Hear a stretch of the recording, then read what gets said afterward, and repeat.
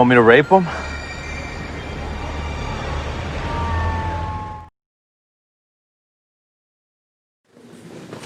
As president, freshmen, thank you for coming today. Choosing this school. Fine Institute of Higher Learning. All right. Everybody get their t-shirts, what all the cool kids are wearing. Yeah. Thanks everybody for coming out tonight. My name is Brad Cheesemo, and with us today, you may know him from a couple football movies such as Any Given Sunday or The Program, or of course Leatherface, one of the better adaptations, in my opinion. Everybody give it up for Andrew Bryniarski. Thank you, Blue Luchador. He's not going to hurt my feelings, folks. He's a blue luchador. How would it hurt his feelings? Well, my name is Brad Cheesemo. I'm an interdimensional superhero, but that's okay. I understand. We need a note. Connection. You get the memo. But I like that. Well, first question I have before we open it up to the audience is, I remember watching, man, I can't remember how old I was, but I was pretty young, and watching a young man walk out and bash his head into a window. And that was... What if you like came out of a black hole and like interdimensionally dropped like a people's elbow when you came out of the black hole from like the vortex of space and another, you know, like if you warped through a black hole. Think about how much cooler that would be than bashing your head through a car window. You could like come out of the black hole with people's elbow like a billion miles an hour, like the Hadron Collider. God particle on the landing. Interdimensional elbow drop. Well, you're an interdimensional superhero. I don't I have a problem with it. Aren't you an It's expert pretty on awesome. these things interdimensional? Give it a try. I thought it was a fair question. I think it's a fair question. I mean, I'm open to try an interdimensional elbow drop as soon as Well, what are you quarantine's doing up. like an interdimensional luchador superhero if you haven't practiced interdimensional elbow drops? Well, I mean, I come to Terra 42 for the movies and the music. And now I'm stuck here for quarantine, so there's not much I can do about that. But let's talk about the program, because when I first saw that film, I didn't know shit about steroids. And then I saw your character. Then you learned they're very bad. And you never wanted to take steroids again, because that's what we were going for, I was told. And I would say that you, to a point, executed that, but at the same time, I was like, shit, steroids make you invincible. It's just the enjoyment that you seem to have putting your head through that glass. It come through. It came through. Couldn't fake it. Yeah, I mean, done a lot of high testosterone, crazy antics in my day. It's all fun when you're doing it.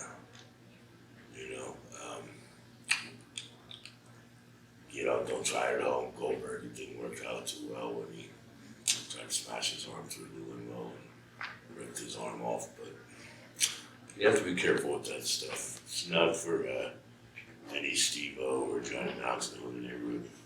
Sure, absolutely. So moving forward into your portrayal of Leatherface. Tell us how that came about. It's an iconic Leatherhead. I know. Any Leatherhead fans in the house? Woo! Right. So how did you come about being cast for Leatherhead? So who's gonna tell him? Is that an intergalactic insult? If that's intergalactic comedy, we gotta dial it in. Take two. Leatherface. Who was that helping him? Leatherface. I know, but I said it wrong so many times I wanted to continue. Yeah. It was kind of funny once. The second time he lost all his power. Oh, well, I still enjoy Know your myself. intergalactic powers. Well, if you're enjoying yourself with yourself, that's wonderful. Let's call it Leatherface because that's what it is. Absolutely. That's the respect it deserves. Sure.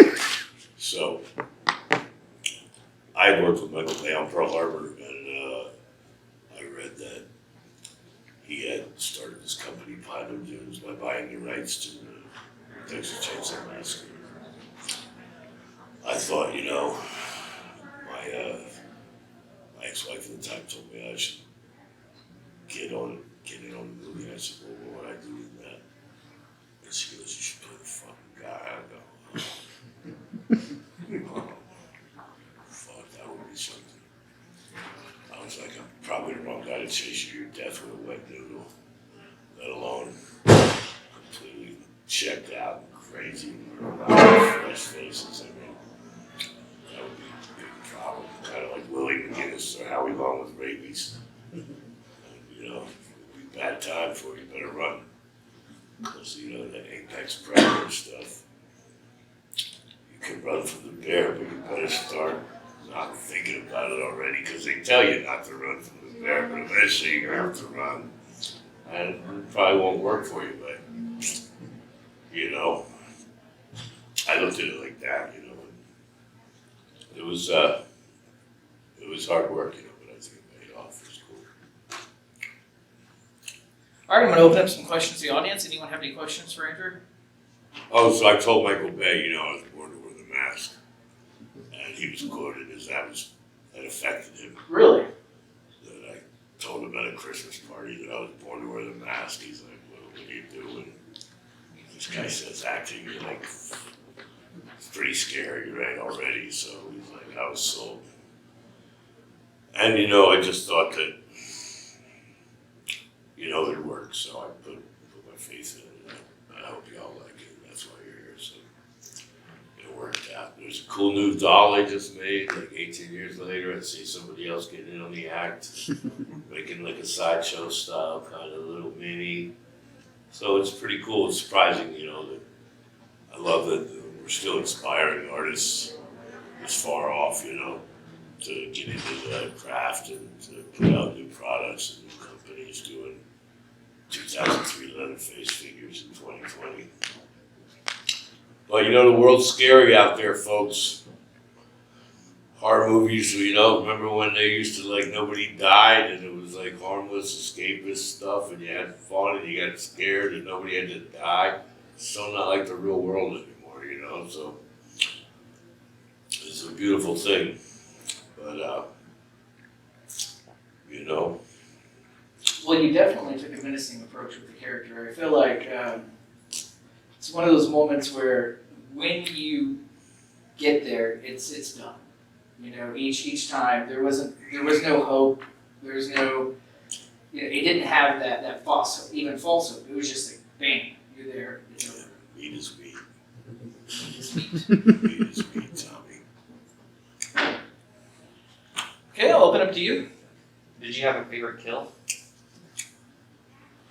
Man, if I told you I didn't have fun with all of it, you'd think, I'd be a liar. I make everything fun, I make it. Everything's got its challenges. I don't know, the human body just doesn't run as fast as a Ford pickup truck. But I gotta go run after her with a hay baler, hit her right in the gimmick and pull her right out of the, no problem. Probably doing 15 miles an hour. I'm like, this is not even possible, but hey, don't worry about me. I'll be fine.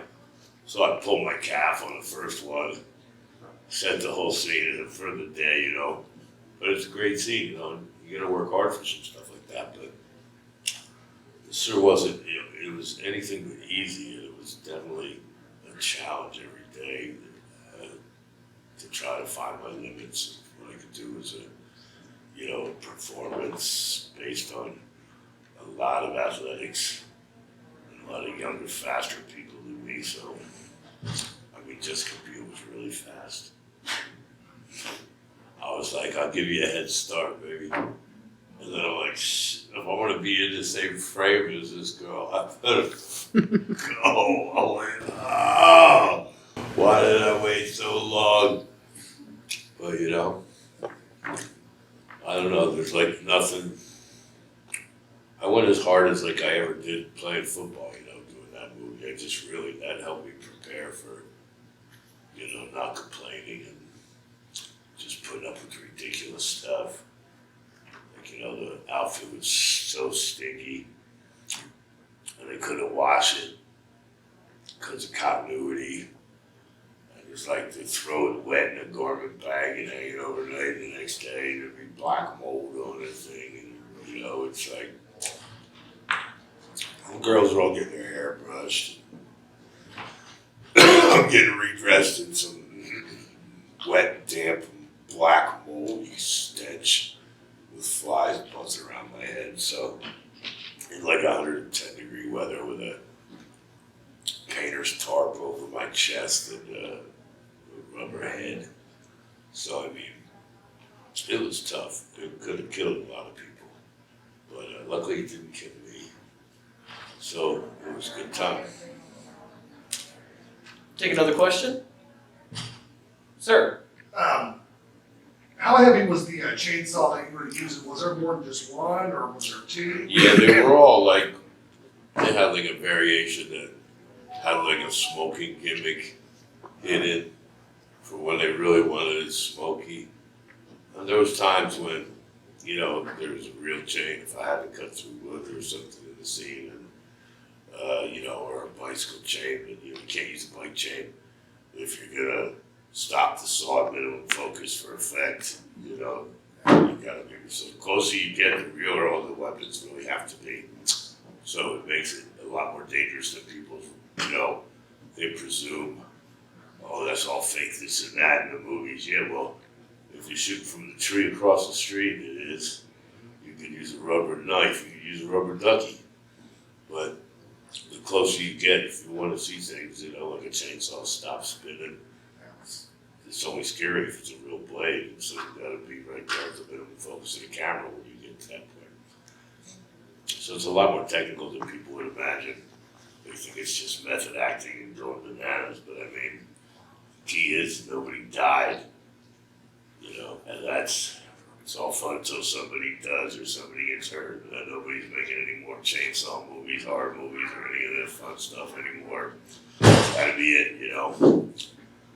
So I'd say those chainsaws probably weighed, full of gas, 30 pounds. And, you know, working out like 12-hour days, 20-hour days sometimes. I mean, I'd get the cramp under the one scapula, you know, and it's like you'd be running, chasing somebody through the cornfield with gopher holes and corn stalks, and you get obstructed vision and smoke pouring into your face in the dark. And, you know, you think I gotta run faster, so you think back like to football, high knees, you know, and then you realize that as you barely see that your knees now an inch from the blade, that's the way it's like, you know, and you gotta think like just pitch it and ditch if you start to fall. And I mean, it was hairy, you know, trying to do some of that stuff like spinning with one arm in the rain, covered in fake blood, and hit that car in the perfect timing on that part of the car, like as it, you know, yeah, it made it look pretty easy, but you know, it wasn't that easy. Trying to, you know, just writing it and saying, do this like from here, it looks like, yeah, okay, you know, we'll try, but it all worked out, you know. And, a lot of that magic in movies happens on the day when you're doing the work. You find the best things that you would never know until you get there. Now, did you sustain any substantial injuries during the shoots? No. Nice. I mean, you know, potholes and cornfields. I mean, I think of my feelings hurt. One day really bad. But then I felt better, so he gave me a card. Okay. Well, I'm sorry that happened to you, but you know, you learn lessons and emotional maturity.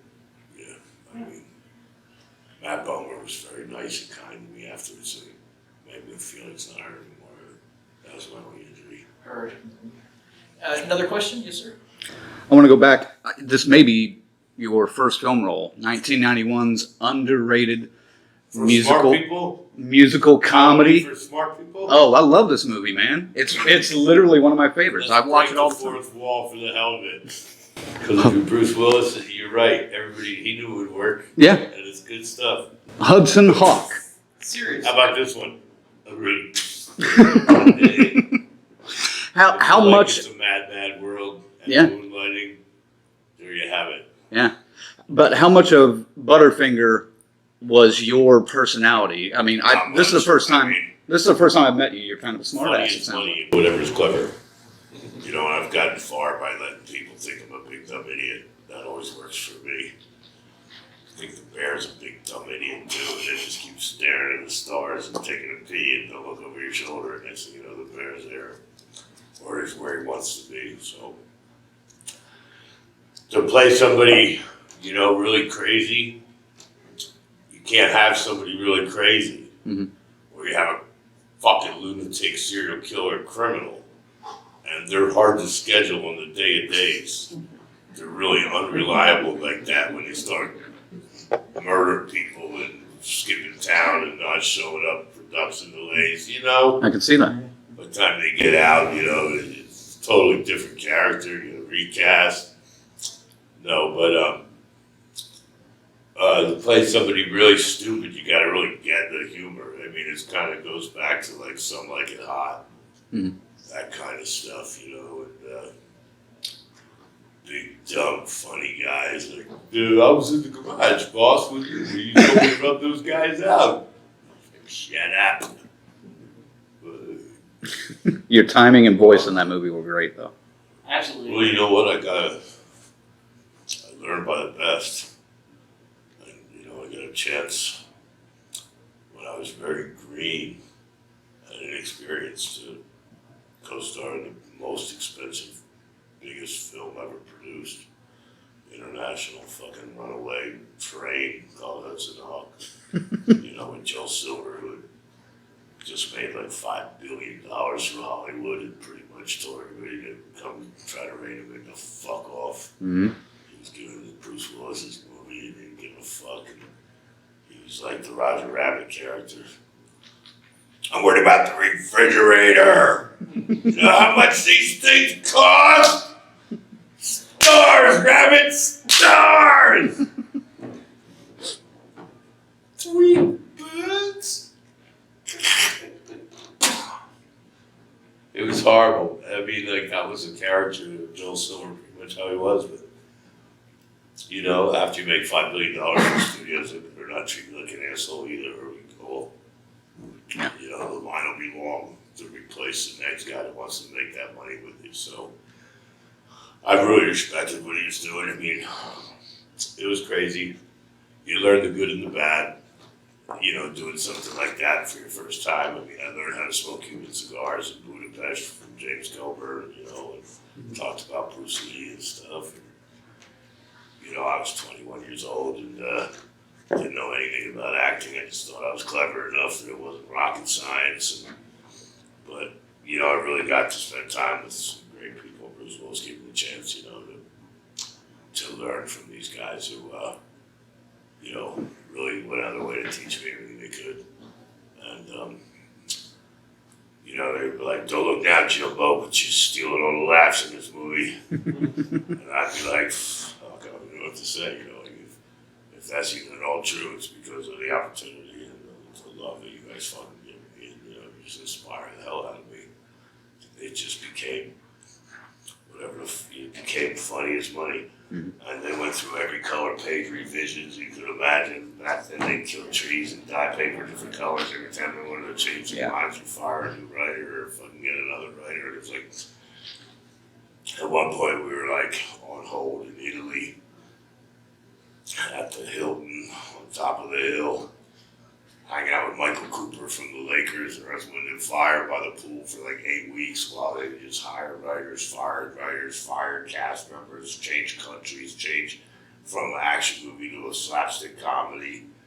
And it was just like, it was so like, it made David Caruso break character and start talking. He was so upset that he was never going to do it. He's like, fuck, man, what's going on? I need this movie to not suck, you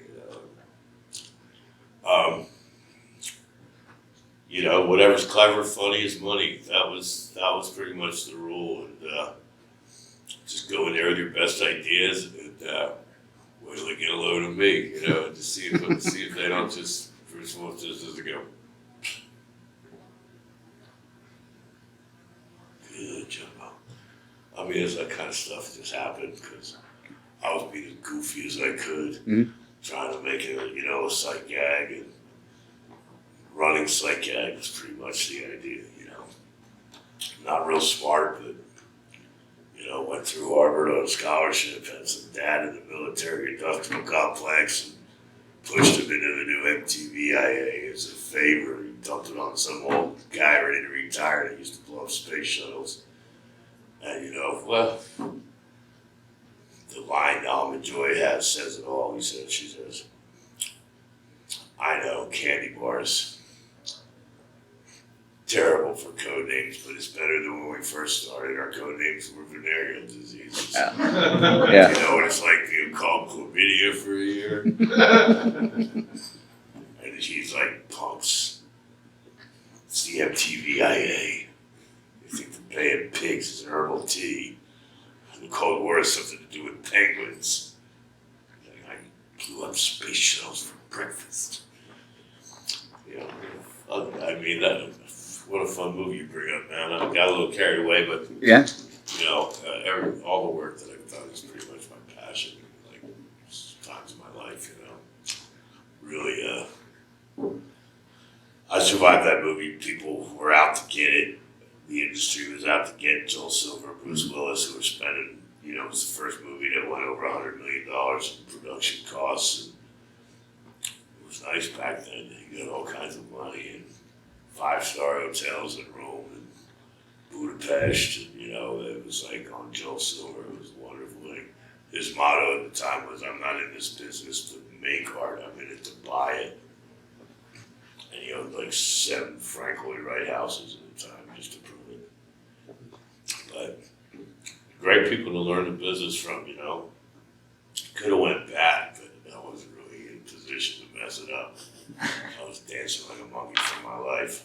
And in the time along the way, I found my craft, the keys to my craft, and really enjoyed everything I've ever done in the business ever since. That was a really interesting movie because it had a lot of moving pieces that really shouldn't have gone together, and you did it quite well. Yeah. Just, you mean the casting? Oh yeah, casting. The casting sums that right up. Well, I mean, That's the casting, a heck of a cast, colorful characters. Absolutely. I mean, Well, and Bruce co-wrote it, didn't yeah. Yeah. I mean, it was based on his idea, and he hired a bunch of Steven Souza and Daniel Waters and all the best money could buy, Heathers, and Lethal Weapon and stuff, a little before Shane Black, but Yeah. Yeah, I thought everybody was just performances. I could watch that movie a million times. I laughed my face off, just Yeah. like, yeah, that's probably what happened. You're supposed to be burned up in the fiery chunks of flesh at the bottom of the hill, Tommy. Airbag, sit up in the back. Can you fucking believe it? Yeah, that must be what happened. Yeah, the guy on a donkey is still just a guy on a donkey. Good movie. It's a phenomenal movie. I probably lost half of this barrel, but this wasn't good. If you guys haven't seen Hudson Hawk, go out and watch it. I didn't know this was It an is awesome. archaeology lesson. We have time for one more question. Hey, any chainsaw fans out there? Yes. No? Oh, you were answering yes. Oh no. man, she wants to get Leatherface tattooed on her leg, and now I talk about Hudson Hawk, and she wants to stab me in the eye. Yes, sir. She's got another leg. She can get Butterfinger tattooed on the other side. Did you get to keep any of the Leatherface props? As proven an investment choice, it seems in hindsight. Like, I gotta tell you, every day after work they put that wet, soaking wet, stinky, funky junk into a garment bag and put it in the dark.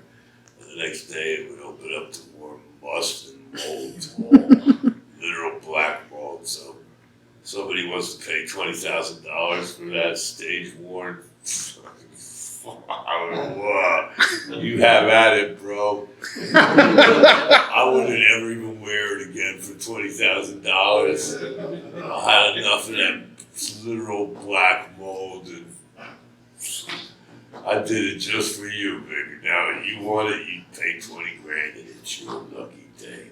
I mean, it's like a thrift store find, turned black mold, smelled like rotted death, and, you know, drives the price right up to 20 grand, 25, 30 grand, whatever. I mean, to me, it was, I'd pay 20 grand and run away from it and never have to see it or smell it again. And the mask, you know, they're latex, and you're constantly having to repaint them and touch them up. And you see if you come to my table, you see how many different stills we picked from the movies where there's a different lighting theme in almost like 15 different shots, where it's completely different colored lighting theme, you know, in different parts of different places in the movie. And, you know, they would, at the end of the day, they'd have to use like alcohol and acetone, you know, and every time you want to change the paint job, or Michael Bay has, you know, wants it more green, or he wants it more, you know, this or more, you know, there's a bunch of different things he did at different times. But you just keep using that alcohol and whatchamacallit, just That's what I was thinking. But it degrades the latex, like seriously, the acetone. Yeah. And that thing looked like a dead pancake. Like, it doesn't look like even the trick or treat one that they made from Scott's mold. I mean, those things looked like they got run over by a tractor trailer in a blood puddle. Like, ew. Like, I seen a picture of it, like, it looked like a dried up pair of pantyhose in Michael Bay's office or something. I mean, it was unrecognizable for what you know, and you know, it's like, that's Andrew's mask. It's like if you take a straw hat out on a boat, a couple miles in, you just got a thing under your hand. The rest of the straw hat slowly goes away as you progress into the lake, and then you just holding on to this little circle of straw under your hand. It's like there wasn't really much left of those masks, those hero masks. They certainly weren't in any shape where, I mean, Michael Bay should have it. He should have it like he does in the glass, and you know, it's like a little thing, like a museum in his history. But in terms of for a collector, or for anybody to wear or to do a sculpt from, it'd be completely worthless. If you wore it on Halloween, people would be like, what are you? The Ruby's mask looked better. But yeah, that was the answer. Bonus round. Speed questions. All right. Did for the versions of Leatherface that you did, were there any character traits that you took from previous versions and other movies, or did you intentionally try to do something completely different? Take conceptually. How much freedom did you have on that?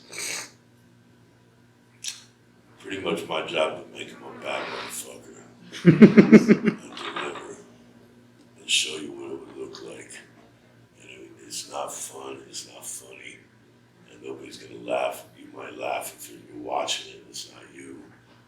But if it's you, it's not funny. Mm-hmm. And you know there's not really much hope for you. But if you've been kicking the dog so many times, and the dog finally decides to try to fight back instead of dying at the last breath that it has, all the pain that it didn't even make any noise, it kept it all inside, and then it decides not to die and to kill you instead. And then everybody cheers for the dog. And that's how I looked at it. And so it was like violence was his cathartic release to allow him to be free. Where he'd been like Buckethead, locked in the chicken coop with the chickens wearing a KFC funeral hat. Nobody understands Leatherface's pain quite as much as Buckethead. If you know, then you know. You know, these analogies are built into the history now of the character, so, you know, to follow it, know what I'm talking about. But, you know, I looked at it like that and turned the anti-hero into the hero in the most unlikely and ultra-violent way that's ever been seen in cinema times 1,000. And, yeah, you know, they wanted to give me the MTV award and all the little chicks thought Leatherface was sexy. How'd that work out? That's a sense of humor. I guess, you know, Leatherface saving the world next. You know, what else is crazy? I mean, the things that we see. But yeah, you know, like all the girls like wanted to love the movie, and it made no sense. I thought I was going to get stoned, and I walked out down the street. I thought I was going to get picketed and protested. And Roger Ebert, I thought was going to say, and he said something. No redeeming qualities in this film that should have never been made. And I'm like, yeah, you're whipped. That's what you say if you have zero testosterone flowing through your little whippy body. Roger Ebert, you know, like Stephen Hawking probably didn't like it either. But, you know, if you're not Stephen Hawking, it's a great time, if you know what I mean. But yeah, I get it. It'd be a little scary for, you know, what was the kid in the originals called? Instead of old Monty, what was the guy in the wheelchair called in the original? Exactly. Exactly. Nobody here's that old. Any other questions or? Ma'am.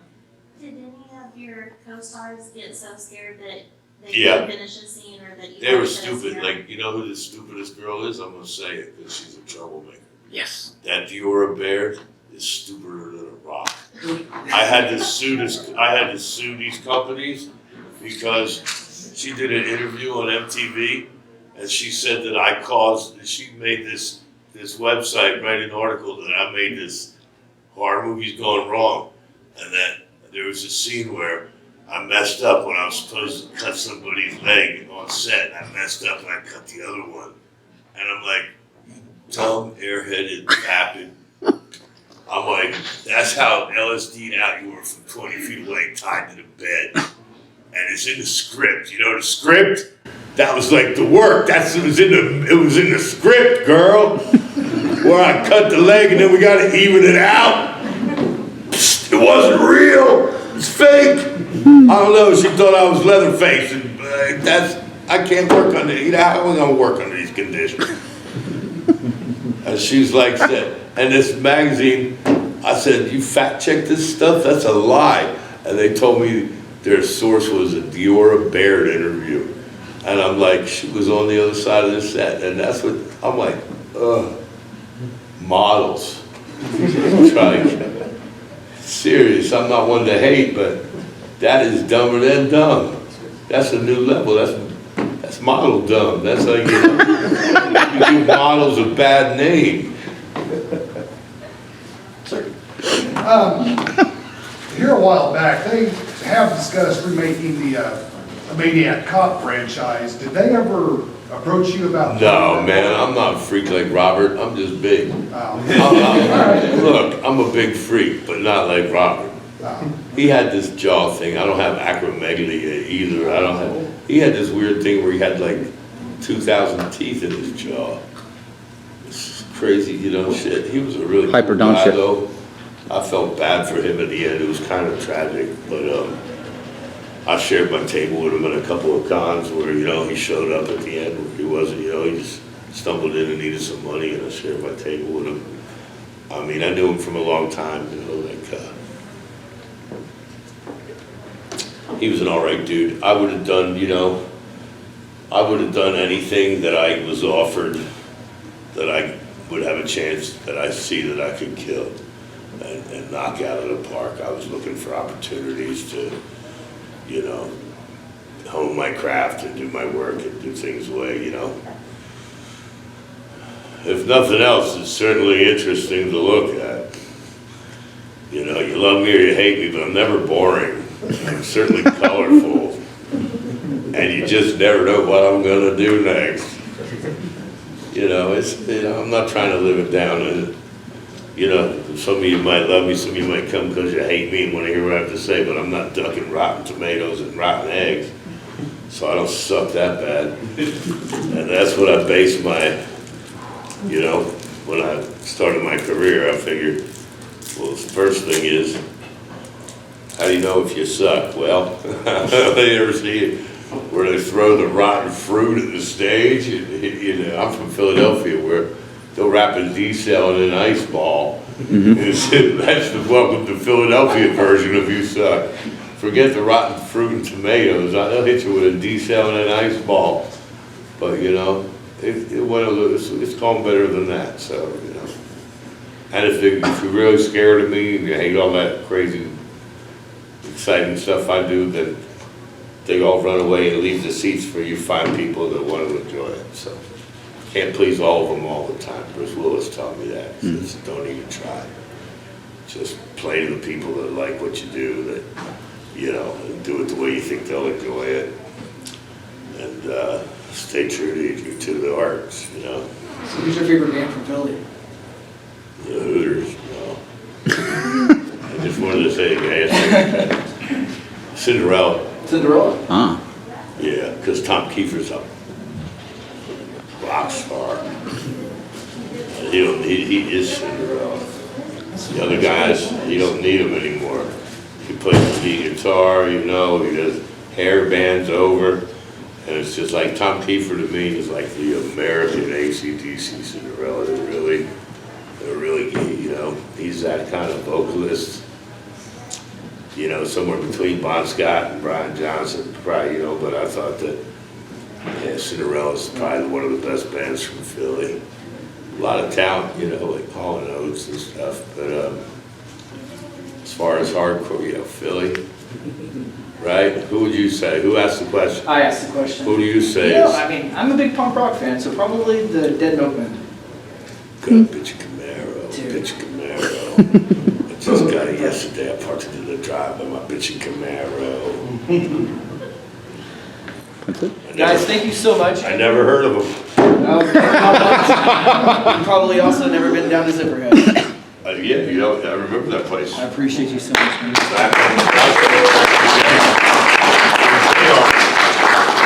If I could get everybody in unison, I am not just a big fan of music and where it comes from. Man, I haven't heard anything that anybody say Zipperhead since I said the Hooters. It's been that long.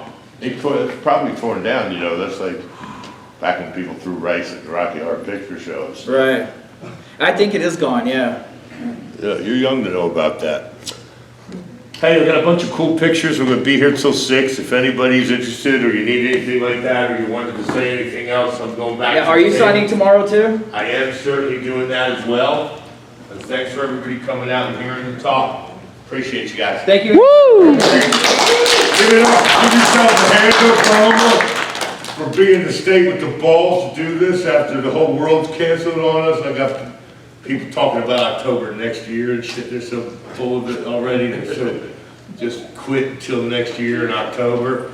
Thanks for not having any of that. And you know, you ain't gonna get each other sick. Y'all drank out of the Jägermeister and Crown Royal in the hotel room last year. The same people see this shit. And if you ain't killed each other, got each other sick yet, then you guys are all mute. Right? Right. There's a little truth in that for a lot of you. Not you, young lady. She's like, oh, not you. All right, look. Thanks for coming. Andrew, thanks again. Appreciate it. Remember, work on that intergalactic people zone. Exactly, pay attention, okay? Yeah. Ask him why he's the blue next door. Say what? Ask him what's up with the blue next door. Dude, what's up with the blue shit?